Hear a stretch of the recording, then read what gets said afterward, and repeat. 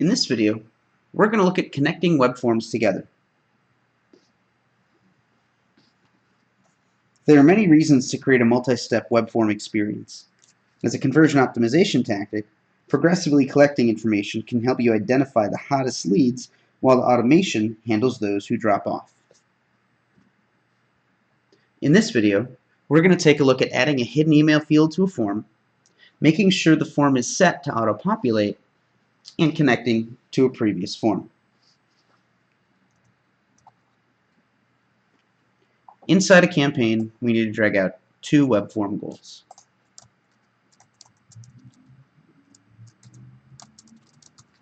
For the purpose of this video, we're only going to connect them functionally and not worry about the actual content of the web forms.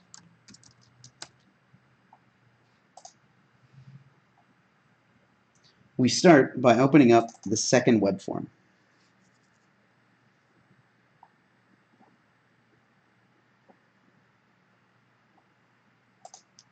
The only thing that we need here is a hidden email field. And we want to make sure to leave the field value empty. Click on the Settings tab and verify that the auto-population setting is checked. Now, we're going to go to the Code tab and grab the hosted version, the direct URL to this web form.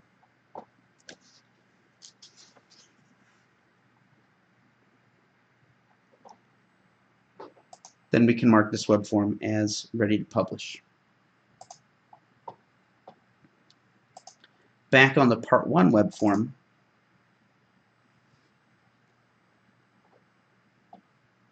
we're going to go to the thank you page and change the drop-down to be a web address. Here is where we are going to paste in the URL to the second web form and check the box passing the contact information to the thank you page.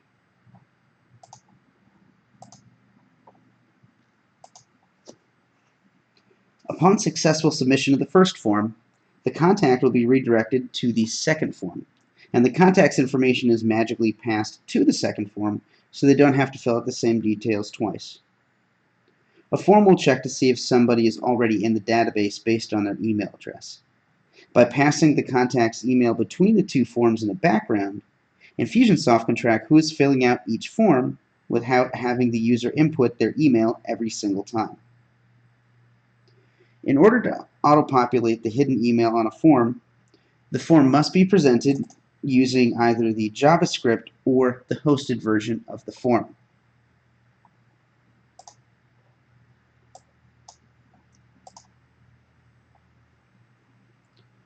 Both of these versions contain JavaScript, which takes care of this for us. If you embed the form on your site using the HTML code, either the styled or the unstyled version, passing the contact information will not populate the hidden field unless you write custom code to do so. Setting a form on a thank you page also works on order forms as well. This is how we can create one-click upsells and other post-purchase experiences. Once we have a contact's email address, we can chain as many forms and landing pages together as we want. We just have to make sure that each form in the process is sending the contact's info to the next in line, and that the receiving form has a hidden email field auto-populating. This is a useful tactic in breaking up the online experience of a long intake form, such as one that an attorney or doctor would use. Most of the time, it makes sense to add a sequence in between these two steps. This way, we can recover those who don't make it through initially. When setting up a link in an email, you can point directly to the hosted version of a web form or a landing page. This makes it easy to drive contacts back to the form if they fall out during a multi-step process. Lastly, if you search for two-step web form in the marketplace of campaign templates, we can find different variations of this recipe to save you time implementing.